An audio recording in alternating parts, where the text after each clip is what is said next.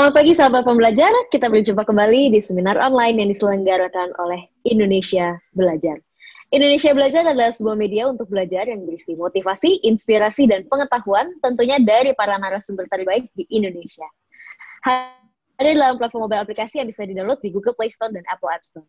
Sahabat pembelajar juga bisa klik di website kita di indonesiabelajar.id ataupun melakukan follow di Instagram kami di indonesia_belajar.id. Dan bagi sahabat pembelajar yang memiliki Facebook, boleh melakukan like juga di Facebook fanpage-nya kita di indonesiabelajar.id. Dan kami telah membuat juga sebuah grup WA, jadi bagi sahabat pembelajar yang ingin masuk ke dalam grup WA tersebut, boleh melakukan chat nomor sahabat pembelajar di chatroom ini. Oke, perkenalkan nama saya Jessica yang akan membantu seminar online kita pagi hari ini. Seminar online kita pagi hari ini menghadirkan tak lagi dan tak bukan, yaitu Bapak Halim Siang. Beliau merupakan co-founder of Ray Institute, Center for Fitness Excellence, promotor hidup yang sehat yang bermisi mengajak, mengedukasi, dan mencerahkan sebanyak mungkin orang untuk hidup sehat lebih awal dalam upaya mewujudkan kualitas hidup lebih baik dan usia harapan hidup lebih lama. Kita sapa dulu Pak Halim. Selamat pagi Pak Halim, bagaimana kabarnya? Selamat pagi, Pak. selamat pagi Bu Jessica, selamat pagi juga teman-teman semua. Terima kasih sudah diberi kesempatan untuk ngoceh-ngoceh, dan terima kasih juga kita hadir dan mau menyimak. Ya, semoga nanti ada manfaatnya. Ya. Amin. Mumpung masih PSBB harus lebih semangat lagi ya Pak Halim ya. Oh iya, kan kemarin sudah dibilang ya, ada keputusan apapun dari pemerintah kita terima dan kita jalankan dengan pertemanan hati, nggak usah dilawan gitu, dijalankan aja dan kita sendiri yang menyesuaikan secara internal. Namanya kan the survival of the wisest.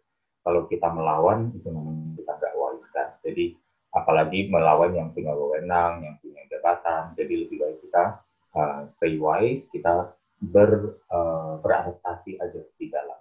Semoga bisa ya teman-teman. Siap. Ya. Semangat terus Pak. Oke. Yes. Tema seminar online kita pagi hari ini adalah proteksi dari dalam, strength training for stronger immune. Ya. Nah, manfaat olahraga pengencangan otot rangka dengan beban resistance training tidak hanya terbatas pada membuat pembentukan, pelangsingan, dan anti-aging. Temukan berbagai manfaat tambahannya yang telah mendapatkan validasi ilmiah. Nah, kita akan bahas hari ini ya, Pak Halim ya. Ya. Nah, sebelum kita mulai, untuk Anda, bagi yang ingin bertanya, Anda bisa langsung tulis saja di chatroom ini. Nanti pada saat sesi tanya-jawab, kita akan bahas dan juga kita bacakan. Bahkan kalau misalkan nanti ada waktu, boleh langsung open mic dan juga open kamera, kita bisa langsung ngobrol sama Pak Halim. Oke. Baik Pak Halim, kayaknya udah pada nggak sabar nih. Bagaimana nih penjelasan mengenai proteksi dari dalam, strength training for stronger immune? Silakan Pak Halim. Ya, baik Bu Jessica, terima kasih. Ya, sebenarnya kalau kita berbicara tentang strength training ya, orang kadang mungkin agak kayaknya, enggak kan katanya olahraga doang gitu. Tapi kita sering melihat bahwa diperhatikan nggak bahwa akhir-akhir ini seiring dengan pengetatan PSBB baik dilonggarkan dan ditetapkan ya, dan adanya panggilan untuk bilang, ini pandemi nih gitu. Jadi bayangkan kalau misalnya pada bilang apa, kira-kira saya sebelum share screen nih, pada bilang itu yang bersepeda rame-rame tuh yang lagi ngetren ya, beli sepeda mahal-mahal gitu. Terus kok mereka ada aja tuh tertular, kena klaster. Nah, itu kan terbukti olahraga tidak membantu gitu ya. Ya, saya rasa mungkin tepat juga karena olahraganya yang seharusnya dilakukan kan dari sebelum adanya pandemi ini sudah ada bekal gitu loh. Jadi kan waktu itu ada analogi bahwa kita misalnya dalam arena pertarungan kehidupan ya, kita masuk nih ke dalam ring tinju. Nah, waktunya belajar tinju itu sebelum masuk atau pas sudah di ring baru belajar? Sebelumnya enggak, Pak? Nah, kan itu yang sebenarnya kurang dipahami. Jadi dipikir, oh saya udah olahraga tapi saya nggak kebal, tuh masih kena juga ya, kena klaster Brompton misalnya ya. Nah, tapi sebenarnya yang terjadi adalah olahraganya telat, nggak dari sekarang, harusnya dari dulu. Ya, nah berikut ya adalah share screen, semua bisa sedikit mencerahkan tentang koneksi antara olahraga dan peningkatan daya tahan tubuh dan secara umum, kemudian secara spesifik di latihan bebannya, ya, latihan pengencangan otot. Nah ini kita mulai dulu yang namanya strength training slide-nya. Ini yang pertama nih, manfaat olahraga teratur bagi peningkatan kekebalan tubuh. Olahraga teratur secara umum apa saja?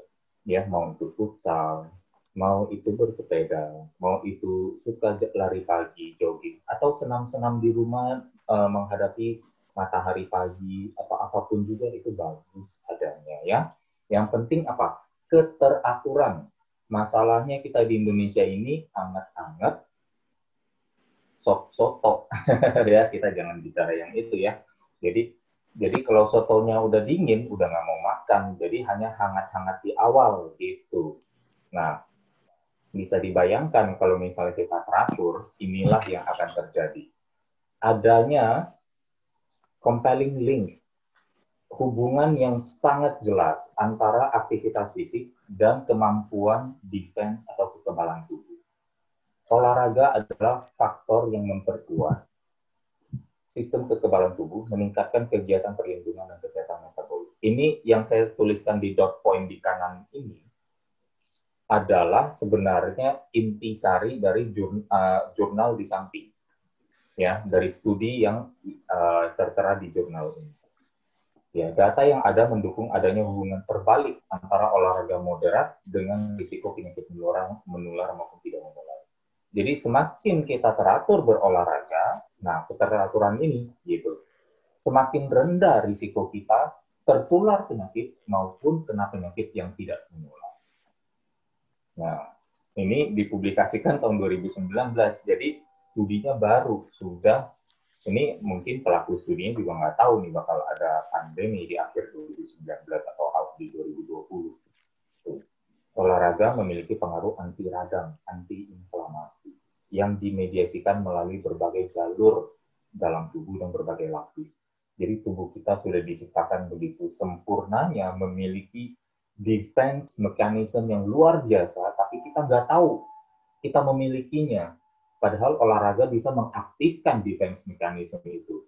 Kalau tidak, ya dia dorman terus, tidur aja, nggak ngapa-ngapain. Ada virus, dia diem aja. Ya, kurang aktif lah gitu. Nah ini yang perlu kita aktifkan. Kebiasaan berolahraga juga meningkatkan pengaturan sistem kekebalan tubuh, menunda munculnya berbagai disfungsi yang berhubungan dengan bertambahnya umur. Bertambahnya umur, usia bertambah tua, ya, ternyata juga mengalami yang namanya penurunan bukan hanya di hormon, bukan hanya di otot, bukan hanya di kepadatan tulang, tetapi juga di kemampuan imunnya. Itu yang dinamakan immune senescence. Bahasa ilmiahnya immune senescence. Diketik aja, pasti keluar. Ya, immune senescence adalah penurunan alamiah yang terjadi seiringan dengan bertambahnya umur. Nah, bayangkan kalau ternyata berolahraga itu bisa tetap meningkatkan mekanisme defense mechanism itu sehingga immune senescence itu penurunan itu tidak pernah terjadi dan dialami oleh kita terlepas dari berapapun umur yang sudah kita raih. Nah ini kan sesuatu yang sangat menguatkan hati dan tidak diketahui orang banyak, kan sayang. Terus hanya menyepelekan karena apa? Pemberitaan di luar sana mengatakan, oh ini grup olahraga ini gara-gara berkumpul akhirnya dia ada klaster baru. Ini olahraga ini gara-gara berkumpul ini diberitakan, tapi itu pula yang kita broadcast ramai-ramai. Bayangkan berapa ribuan orang, berapa puluh ribu orang yang menerima berita-berita seperti itu. Sementara hal seperti ini yang ilmiah nggak ada yang ngomong sama sekali. Ya, kemudian kedua, ini juga dari studi yang sama. Lihat nggak ini? Kalau kita berolahraga, patroli kekebalan tubuh kita meningkat hanya dengan berolahraga kurang dari 60 menit. Tuh bayangin, patrolinya aja bisa meningkat. Ya, tuh lihat, increasing attention is being directed to the enhanced immune surveillance. Gitu. Bayangkan kemampuan kita aja, tubuh kita untuk berpatroli. Wah, kita hari ini lebih rajin deh, badannya olahraga, kita lindungi mereka. Ayo, mana ada virus, ada bakteri, ada parasit, ada kuman, ada jamur mana yang mau membunuh sel-sel atau merugikan sel-sel yang oportunistik, kita tidak beri kesempatan. Kita kan bilang, apabila tidak ada musuh di dalam, maka musuh dari luar tidak akan membahayakan kita. Kalau kita sudah dalamnya kuat, dan penyakit ini yang namanya virus, yang namanya bakteri, yang namanya kuman, yang namanya parasit, ya, itu adalah opportunistic. Ya, kita sempat bicara ya di seminar Indonesia Belajar beberapa sesi yang lalu, jumlah virus di dalam tubuh manusia yang sehat tidak ada gejala sama sekali pun sudah ada 380 triliun jumlahnya populasi virus yang ada di dalam tubuh kita. Populasi sel manusia berapa? Hanya 6 triliun. Jadi kalau manusia itu dibilang, virus loh, jangan tersinggung karena emang lebih banyak virus daripada sel tubuh, ya. Jadi ini hanya intermezzo ya, tapi bisa dibayangkan kita sejak lahir sudah hidup berdampingan dengan 60 kali lebih banyak virus daripada sel tubuh manusia. Dan kita sehat-sehat saja. Nah, kenapa kita bisa sakit dan virus itu bisa menyerang? Karena selama kita sehat, kita menjadi tuan rumah yang buruk bagi si virus dan kita menjinakkan si virus itu. Virus itu menunggu terus nih, kapan ini dia lemah. Nanti kalau dia lemah, saya baru mengamuk. Itulah caranya sistem menyerang tubuh kita. Si virus menyerang sistem kekebalan tubuh kita. Ya, jadi perlu diperhatikan di sini, sisi scientific stuff, memang saya berusaha menjelaskannya dengan lebih bahasa yang lebih sederhana. Ini juga, ini dawakan dari Frontiers in Immunology, ya. Ibarat Frontiers itu adalah yang terdepan, ya, yang terujung dari yang terujung dalam ilmu imunologi, ya, ilmu daya tahan tubuh. Dan di sini mereka bahkan bilang, kita hancurkan mitos bahwa yang namanya immune system, kalau exercise bisa menimbulkan penurunan imun sistem. Nah, minggu lalu kan ada tuh yang nanya, katanya olahraga justru malah bikin gampang pilek, gampang sakit, ya suka bersin-bersin, lalu kemudian ada masalah dan lain sebagainya. Ini pun di tahun 2018 sudah dibilang itu mitos. Ya, olahraga ya bisa mempengaruhi daya ingat, akumulasi T-sel secara tidak langsung dan mengurangi reaktivasi infeksi virus ataupun mencegah menuanya T-sel dengan mengendalikan deposit atau penyimpanan sel lemak dan disfungsi tubuh yang mendorong inflamasi. Jadi bayangkan gitu loh, bahwa olahraga itu bagus adanya, untungnya banyak. Kita sering bilang kesehatan adalah keuntungan yang terbesar. Maka di sisi lain juga kesakitan adalah kerugian yang terbesar. Ya, minggu kemarin juga saya bahas bahwa ada 3 komponen olahraga, nutrisi, dan istirahat teratur. Orang sering menyarankan overtraining, tapi 2 komponen lain yang nutrisi dan istirahat yang melibatkan yang namanya recovery itu tidak pernah dibahas. Jadi overtraining terus, padahal ada satu lagi namanya under recovery yang sebenarnya lebih banyak bolongnya kita. Nah, justru kebanyakan orang yang merasa dirinya overtraining, sebenarnya dia sedang mengalami yang namanya under recovery. Ya. Kemudian kami merangkum juga bahwa sedikit sekali bukti yang bisa diandalkan untuk mendukung klaim olahraga menekan kompetensi dari daya tahan sel tubuh. 2, olahraga sendiri tidak meningkatkan risiko infeksi oportunistik. Ini spesifik sekali, saya suka makanya studi ini ada, ya. Olahraga bisa memperkuat respons kekebalan terhadap antigen seperti bakteri, virus, parasit, dan jamur. Kami tunjukkan bukti yang mendemonstrasikan olahraga teratur membatasi atau menunda penuaan kekebalan tubuh. Nah, immune senescence ini juga dibatasi dan dihambat penuaannya. Bisa dibayangkan ini studi yang saya, waduh, waktu ketemu kemarin, waktu saya riset, saya bilang, waduh, ini dia nih jawabannya. Ya, jadi jangan takut olahraga, jangan juga untuk uh, menyalahkan olahraga kalau kita sakit. Ya, lebih kepada bagaimana kita berolahraga yang kita mungkin belum tahu. Nah, kita coba perbaiki di sana. Learning by doing. Jangan menyerah bilang, saya olahraga kemarin malah pilek, saya olahraga kemarin malah positif. Ya, jadi itu mungkin kekurangan beruntungan. Tapi itu opportunistik. Ingat, kita tetap bisa untuk membuat tubuh kita menjadi host yang buruk bagi virus dan tuan rumah yang baik bagi diri kita sendiri. Ya. Nah, next.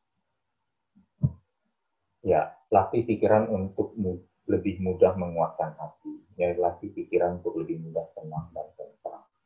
Saya mengangkat kembali statistik ini, ya harusnya saya update lagi nih. Ini setelah terutama di ya, Jakarta, angkanya itu seperti apa sih sekarang? Saya juga sebenarnya harusnya update tadi waktu sebelum kita online ya. Setiap minggu setelah PSBB ini, nah PSBB-nya kan dimulai 14 September yang lalu ya, dan setiap harinya dicatat nggak sih kita? Atau mungkin ada nggak yang nonton misalnya teman-teman Indonesia Belajar? Apakah angkanya naik terus? Apakah jumlah penularan menurun dibandingkan waktu pelonggaran? Ya, itu semua setahu saya dari data yang terkumpul sampai 20 September sih tidak terjadi.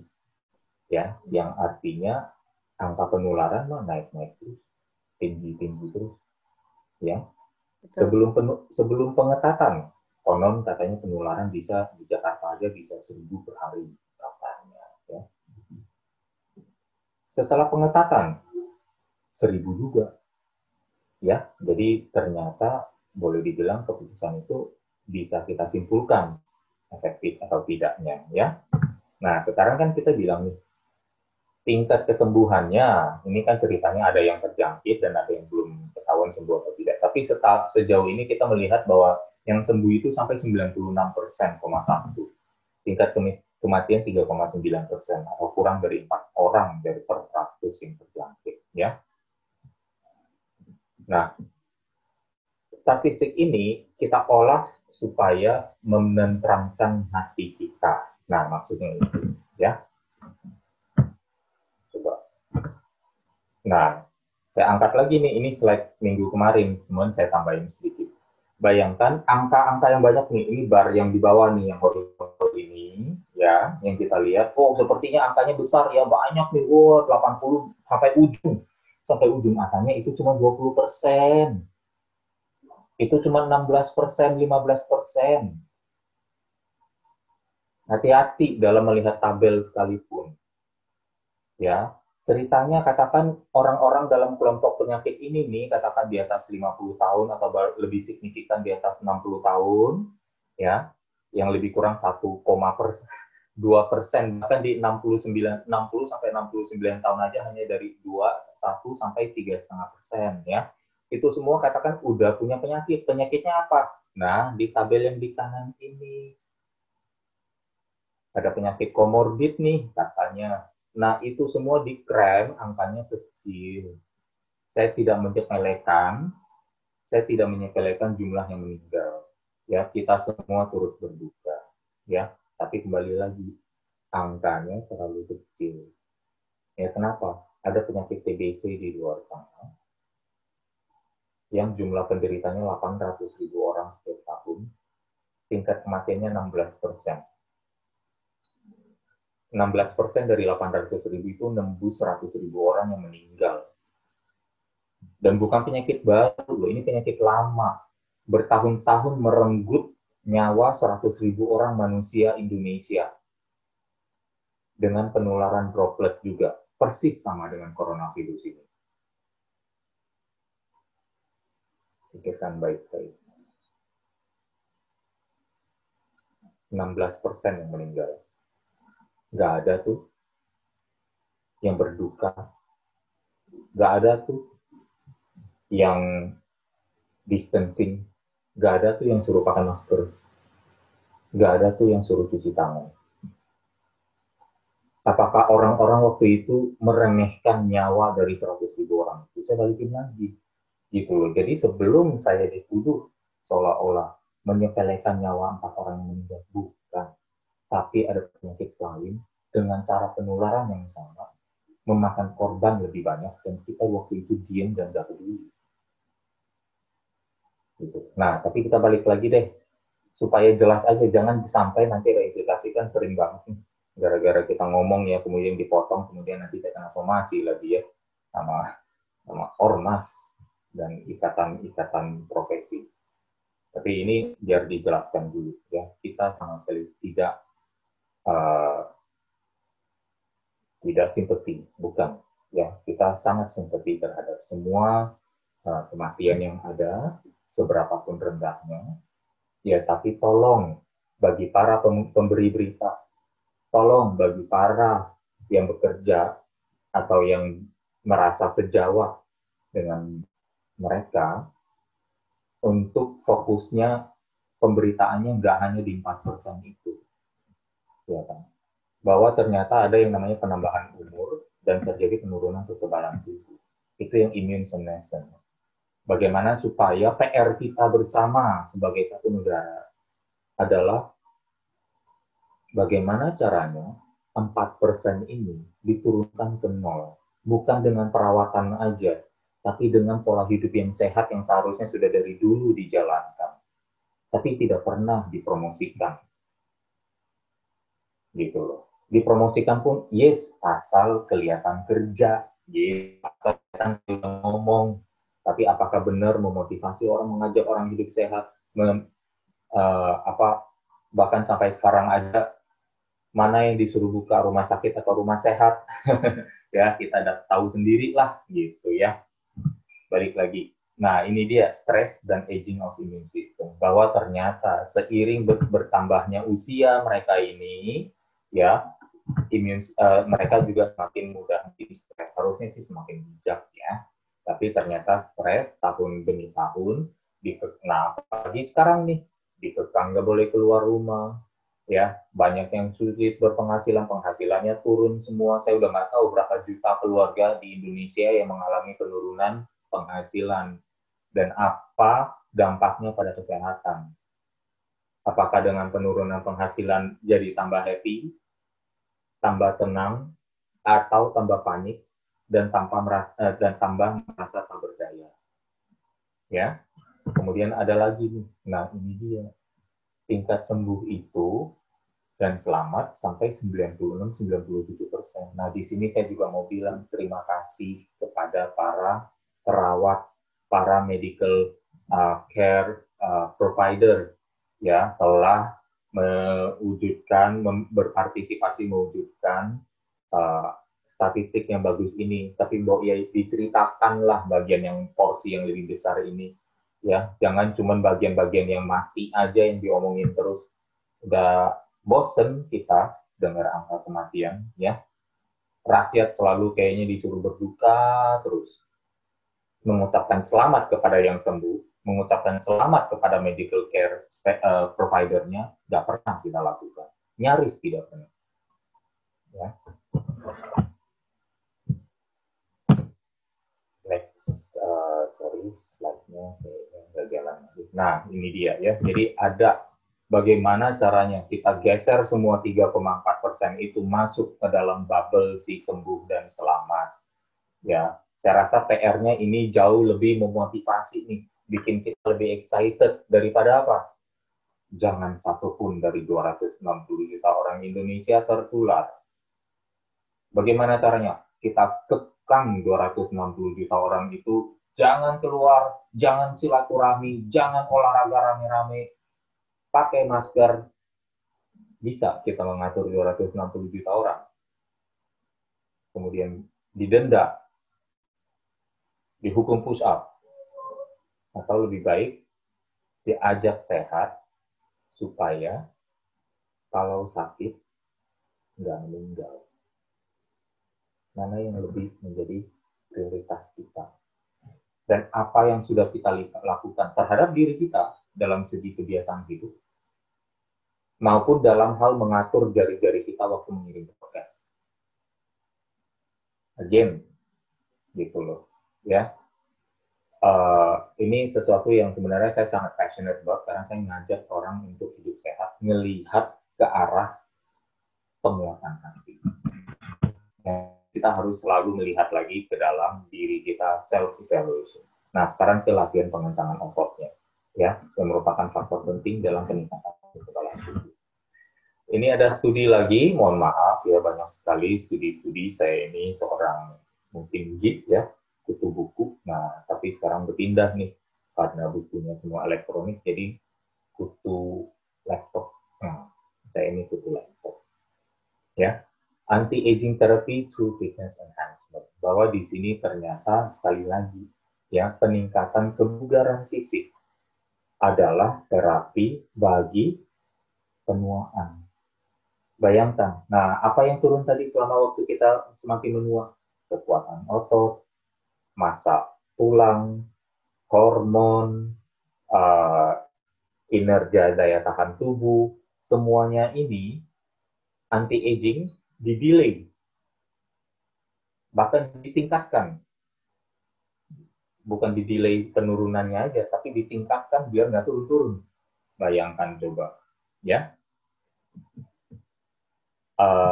Ya kita sudah melihat bahwa ini sangat jelas ya, nanti slide-nya teman-teman bisa dapatkan sendiri ya. Resistance exercise reverse aging in human skeletal muscle. Sekali lagi ya, bahkan penuaan manusia diasosiasikan dengan penyiksaan otot dan terganggunya fungsionalitas tubuh. Nah itu namanya sarkopenia. Elderly, orang tua pasti akan mengalami sarkopenia kalau dia tidak berolahraga dan tidak melakukan yang namanya pengencangan otot.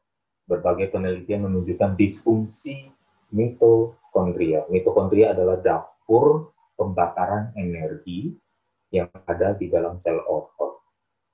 Dapur pembakaran energi. Nah, kita kan tahu makanan kita ada kalorinya. Karbohidrat 4 kalori, protein 4 kalori, lemak 9 kalori. Nah, ini kalorinya agar berubah menjadi yang namanya gerak tubuh, itu ada dapurnya yang namanya mitokondria. Nah, mitokondria ini disfungsi apabila pada orang tua yang menua. Dan sesudah latihan pengencangan otot dengan beban, proses sarkopenia ini tertranskrip mundur, reverse, ke level saat usia lebih muda atas semua gene atau genetik materi DNA yang menua. Kami menyimpulkan bahwa lansia yang sehat, bahkan sehat ya walaupun tidak berolahraga, menunjukkan gangguan mitokondrial dan kelemahan pada otot. Tapi hal ini bisa ditarik mundur, terreverse secara substansial sesudah berolahraga beban selama 6 bulan. Studi ini sudah ada 13 tahun yang lalu. Ada yang beritain? Nggak ada. Mungkin saya orang pertama di Indonesia yang ngasih tahu tentang studi ini hari ini. Ya sebenarnya udah sih dari dulu ya. Cuman berbagai studi-studi yang lain yang saya gunakan. Kemudian ada ini, impact dampak dari latihan beban pada otot rangka dan ini. Nah, mitochondrial biogenesis di skeletal muscle. Ya, latihan beban high load yang meningkatkan jumlah mitokondria. Menariknya lagi, latihan beban low load atau yang ringan pun dengan gerakan yang lambat juga terlihat menghasilkan biogenesis. Bio itu hidup, genesis itu menggenerasi, melahirkan, ya, melahirkan kehidupan pada aktivitas mitokondria. Metabolismenya jadi bagus. Nah, bahasa sederhananya itu, metabolismenya jadi bagus. Kenapa sih saya tiba-tiba ngomong mitokondria? Karena ini, ya, di tahun 2019, ini persis nih, 1-2 bulan sebelum COVID ya, mitokondria dinyatakan sebagai central hub of the immune system. Ya, pusat pengatur pada sistem daya tahan tubuh kita. Dinamika aktivitas mitokondria mengatur bukan saja metabolisme sel, tapi juga nasib dan fungsi sel. Seberapa panjang sel kita bisa hidup. Ya, berbagai peranan mitokondria pada sel-sel imun yang berbeda telah terungkap. Tapi ini hanyalah bagian kecil dari berbagai aspek di mana mitokondria bisa tertutup ya, jadi nggak kelihatan, bisa memperkuat daya tahan tubuh kita. Jadi basicnya adalah apa? Orang usia meningkat, mitokondrianya fungsinya turun, jumlahnya juga turun. Aktivitas latihan pengencangan otot, ya, skeletal muscle, ya, meningkatkan aktivitas dan jumlah dari mitokondria. Sehingga ternyata ditemukan jumlah dan aktivitas mitokondria yang meningkat, ternyata juga mendukung komponen arsitektur kekebalan tubuh manusia menjadi lebih kuat. Yang dari central nervous system, ada daya tahan tubuh bawaan, ada daya interferon, ada daya tahan tubuh adaptif, dan di bawahnya ada microbiome. Arsitektur itu menjadi lebih bagus lagi dengan aktivitas latihan pengencangan otot. Gitu, ya. Nah, ini dia. Adanya regulasi dari pertumbuhan otot, ya, dan regenerasi pada sistem saraf. Jadi maksudnya adalah sistem kekebalan tubuh meregulasi atau menentukan nasib pertumbuhan otot. Pertumbuhan otot yang baik adalah tanda sistem kekebalan tubuh yang kuat dan aktif. Nah, studinya pada dasarnya membahas tentang ini tahun 2017. Tapi kebalikannya juga, bahwa di level studi baru nih, ya bahkan masih di level tikus, ya. Pada tikus di tahun 2020 menemukan massa otot yang tinggi juga menjaga kekuatan dan efektivitas sistem kekebalan tubuh. Bayangkan, sistem kekebalan tubuh yang baik bikin pertumbuhan otot naik dengan lebih mudah. Nah, atau merupakan tanda dari pertumbuhan otot yang baik. Ternyata sebaliknya juga, gitu, ya, bahwa kalau pertumbuhan otot bagus, berarti sistem kekebalan tubuhnya juga ikut kena terboosting, ya. Jadi bayangkan saling menunjang, saling sinergis, saling mendukung lagi, eksponensial. Kalau ibarat kita bilang naiknya begini, bukan, naiknya begini, ya, peningkatan daya tahan tubuhnya. Luar biasa sekali, saya menemukan koneksi ini dari dua studi yang berbeda. Jadi ada interconnection. Nah, ini lagi, ya, ini juga studinya cukup baru, tahun 2013, ya. Terjadi peningkatan marka inflamasi dan sel imun di epimysium. Epimysium otot itu di mana? Nah, ini di lapisan paling luar nih. Dia yang membungkus semuanya, ya. Ini serabut otot kita nih, teman-teman. Jadi kita semua punya di dalam. Ini otot rangka, ini tendon yang menempel kepada tulang, ya. Sesudah latihan beban eksentrik. Eksentrik itu apa? Eksentrik itu adalah tekanan pada pemanjangan yang lambat. Apa sih? Bahasanya nggak ngerti. Nah, misalnya teman-teman kalau lagi push up, ya. Push up, waktu dorong itu namanya konsentrik. Waktu turun namanya eksentrik. Nah, kalau untuk misalnya lagi gerakan begini, dengan dumbbell, dengan misalnya botol air minum, ya, naiknya konsentrik, turunnya eksentrik. Jadi kondisi eksentrik ini ternyata meningkatkan marka inflamasi. Dengan inflamasi itu mengirimkan sinyal kepada sel imun untuk bilang, ayo cepetan datang, di sini lagi ada radang, cepat-cepat kita datang supaya kita redam radangnya. Di sini terjadi kebakaran, cepat nih pemadam kebakaran datang, semprotin air sampai apinya padam. Nah, bahasanya seperti itu kira-kira. Ya. Dan agar terjadi, kemudian setelah datang nih semua pemadam tim damkar, ya, untuk menginfiltrasi air-air ke dalam sel otot, air pemadam maksudnya ya, yang dalam hal ini adalah sel imun. Sel otot perlu dirusak cukup parah. Infiltrasi sel-sel imun inilah yang meredam inflamasi yang timbul akibat kerusakan otot, memicu proses pemulihan otot.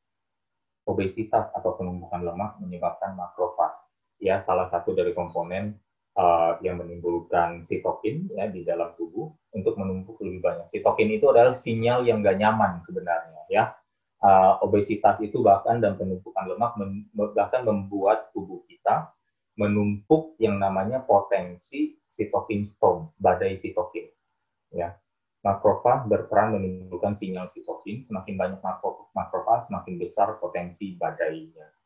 Ya, jadi kalau misalnya nih, salah satu bentuk sitokin storm itu adalah reak yang bertambah banyak, ingus yang diproduksi lebih banyak, ya, atau suhu tubuh meningkat. Nah, itu adalah jenis-jenis badai sitokin. Nah, jadi semakin banyak lemaknya, semakin mudah, semakin tidak aktif mitokondrianya, kemudian inflamasinya juga semakin besar, dan justru itu meningkatkan potensi untuk terserang virus. Karena itu membuat tubuh menjadi tuan rumah yang baik bagi si virus untuk berkembang biak dan menyerang. Ya. Makanya waktu itu ada seorang medical professional juga mengatakan, hati-hati teman-temanku, jangan pikir kamu berotot, kamu itu tenang dan bisa tenang. Kamu itu berotot tapi mengkontribusikan pada indeks massa tubuh yang tinggi. Sehingga indeks massa tubuh yang tinggi telah ditemukan menurunkan daya tahan tubuh dan meningkatkan potensi terinfeksi. Karena badan kamu lebih gede, jadi seolah-olah medan kulitnya lebih banyak untuk terinfeksi. Tidak seperti itu. Ya, karena ini sudah jelas. Berat badan yang tinggi, dari BMI yang tinggi maupun dari lemak yang tinggi, BMI otot ya, dari otot yang tinggi dengan lemak yang tinggi sama-sama ber-BMI tinggi, indeks massa tubuhnya sama tingginya. Tapi, iya kan, yang berotot ini punya defense mechanism yang jauh lebih bagus, yang berlemak ini punya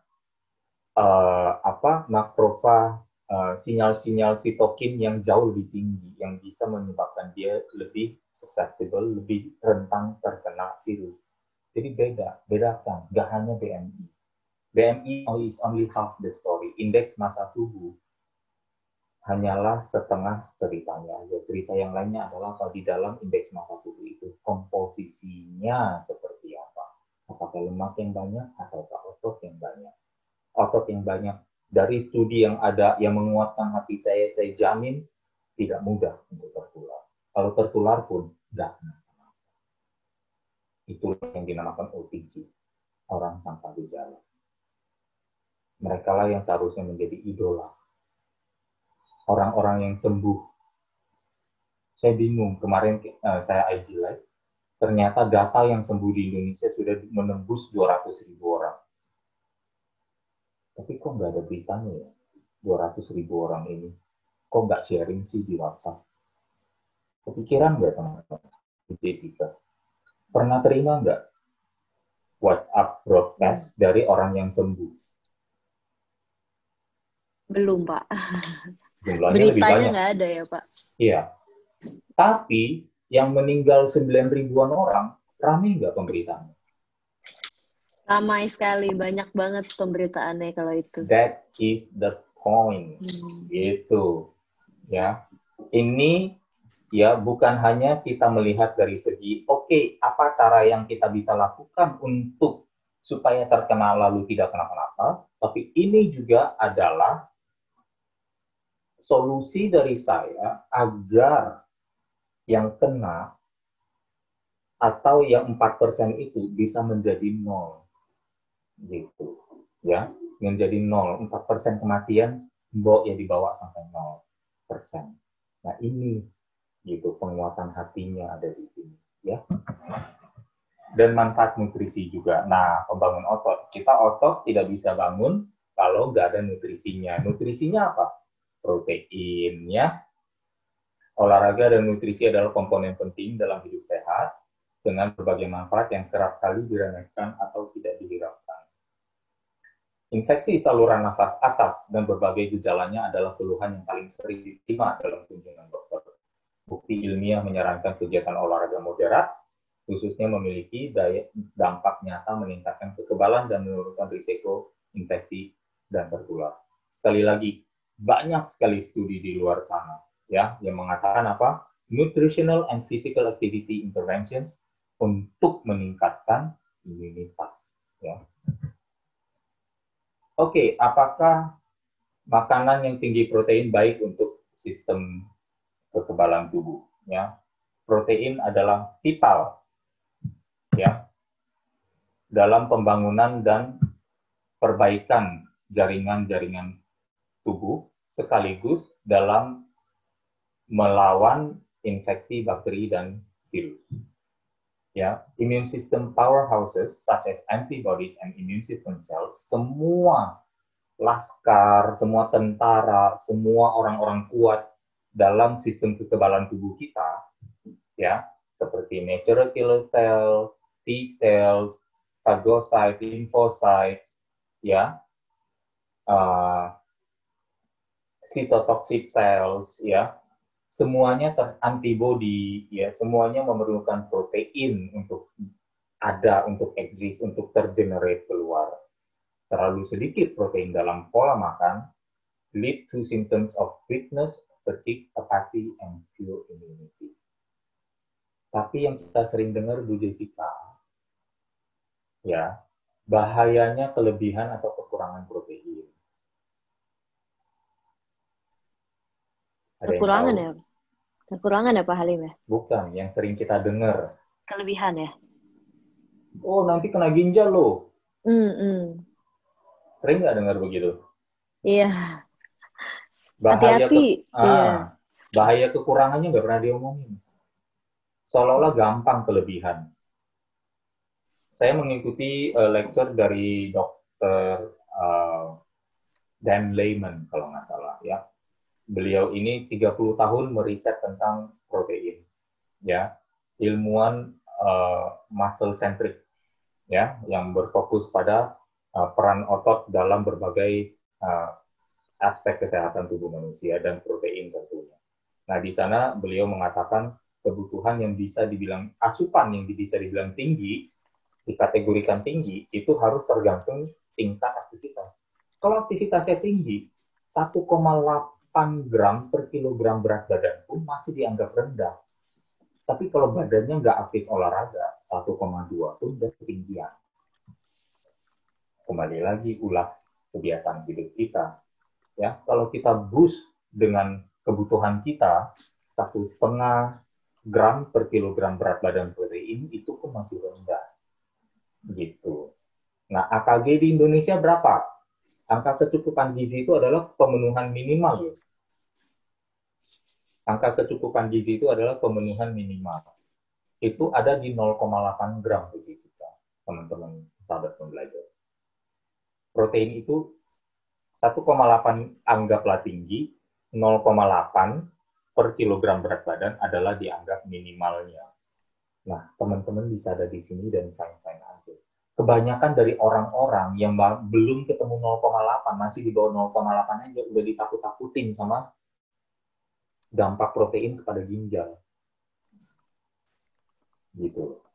Jadi ada gap informasi di sini antara informasi dengan perilaku masyarakat. Masyarakat kita, saya mengikuti salah satu simposium juga anti-aging di tahun 2008, data World Bank data waktu itu mengatakan apa? Tantangan nutrisi manusia di negara berkembang, tantangan nutrisi manusia di negara berkembang bukanlah obesitas, bukanlah kelebihan kalori. 1, kekurangan protein. 2, kekurangan nutrisi mikro, vitamin, dan mineral. 3, baru obesitas, kelebihan kalori. Tantangan nomor 1 di Indonesia bukan sama seperti di Amerika. Amerika masalahnya obesitas, di Indonesia kekurangan protein. Tapi dari 100 pembahasan tentang, aduh, saya katanya kalau mengkonsumsi protein bisa gagal ginjal, 100-100-nya mengatakan seperti itu. Come on. Ini justru malah semua keyakinan yang ada di dalam masyarakat selama ini yang bilang jangan makan protein kebanyakan, nanti kamu kena ginjal. Ini sedang menarik kita, menjauhkan kita dari daya tahan tubuh yang lebih kuat. Sadari dulu bahwa Anda, teman-teman, belum tentu sehari konsumsinya 0,8 gram per kilogram berat badan. Masih jauh dari ketinggian. Bahkan show me a study yang menunjukkan orang yang udah makan 3 gram protein per kilogram berat badan dan ginjalnya rusak. Kasih tunjukkan saya. Nggak akan ketemu karena nggak ada. Gitu loh. Ya, protein memainkan peranan penting untuk membangun dan memperbaiki jaringan tubuh serta melawan infeksi virus dan bakteri. Antibodi dan sel-sel kekebalan tubuh sangat bergantung pada ketersediaan protein dalam tubuh. Asupan protein terlalu sedikit membawa kita pada gejala kelemahan tubuh, rasa letih, sikap mood yang apati, dan kekebalan tubuh yang rendah. Amino acids and immune function. Kembali lagi, researcher dari China menemukan bahwa defisiensi protein dari makanan telah lama diketahui menghalangi fungsi kekebalan tubuh dan meningkatkan kerentanan terhadap penyakit infeksi. Ini loh yang tadi saya bilang. Kita semua ditakut-takutin sama kelebihan protein, padahal nggak ada satupun yang kelebihan.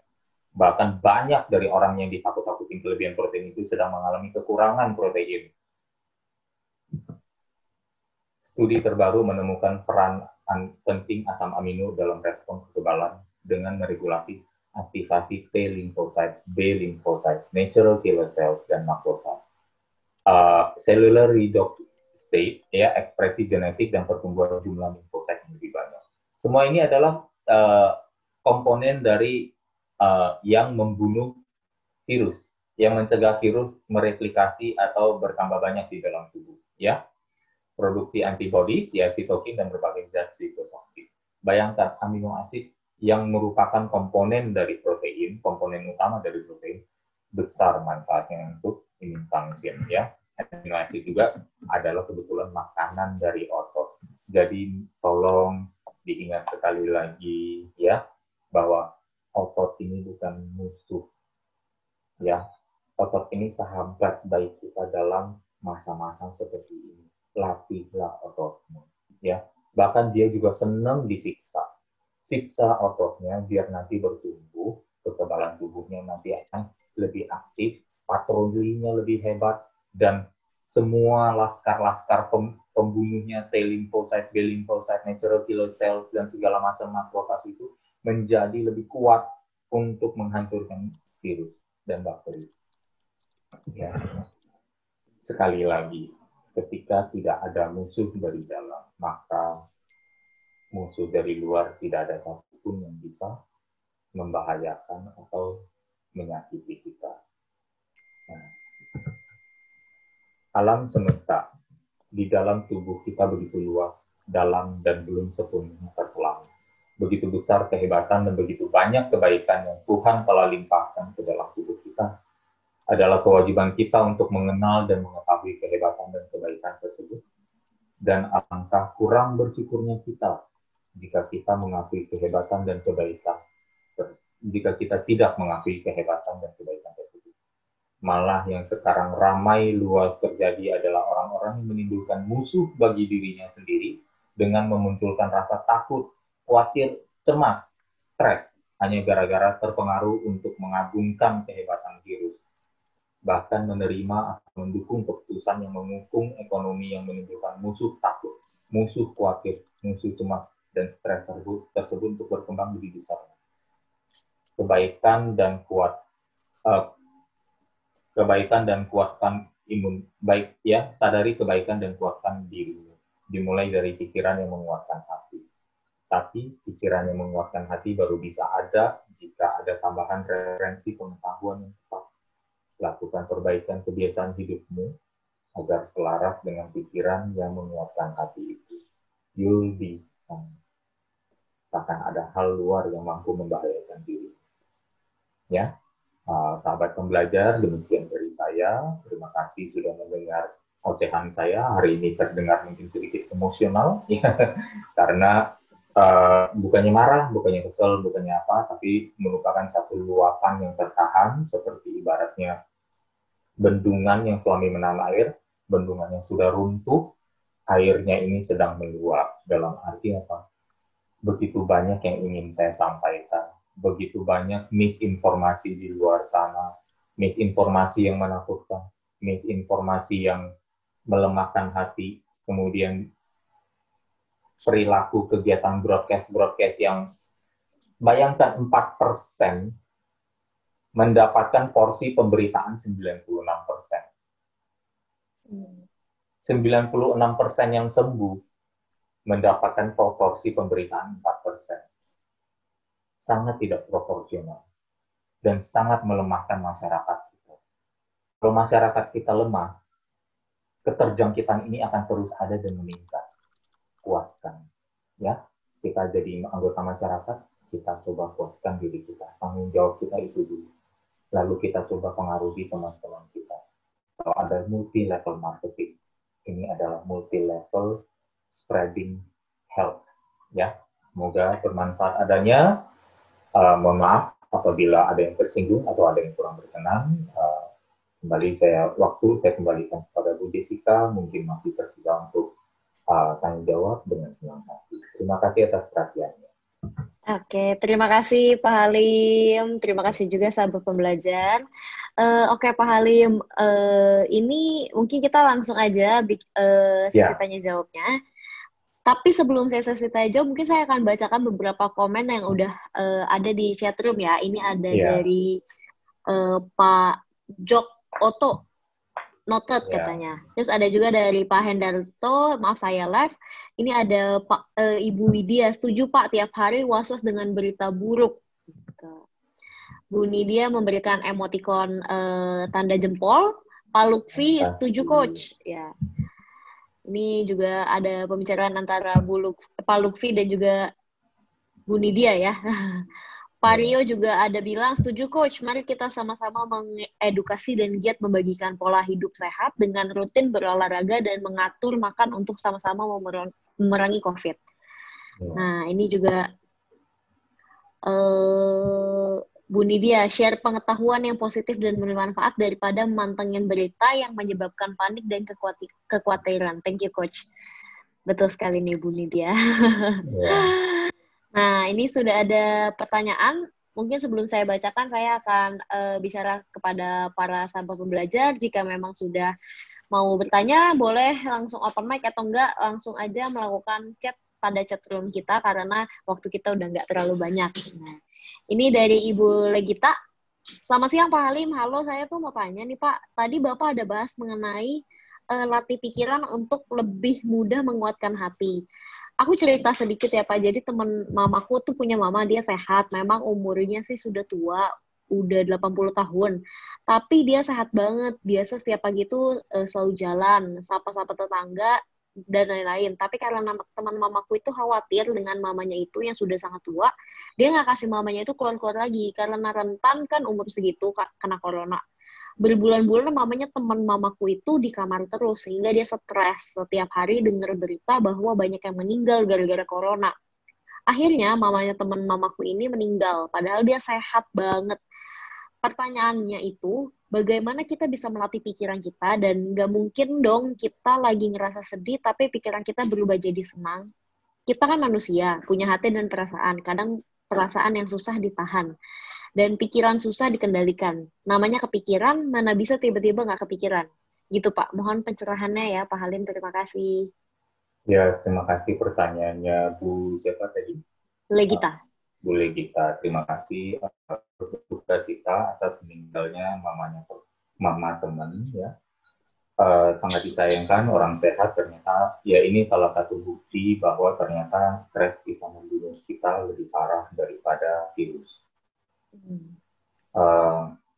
Sudah banyak sekali bukti ya, sudah banyak sekali bukti begini, bahkan dipaksa untuk dipasung ya di dalam kamar saja tidak boleh keluar supaya selamat malah mati kan karena musuh dari dalam dimunculkan gitu. Padahal sejatinya mungkin beliau masih bisa menikmati bertahun-tahun lagi kebahagiaan, tapi ternyata jadi memendek hanya dalam 2 bulan sudah pergi ya.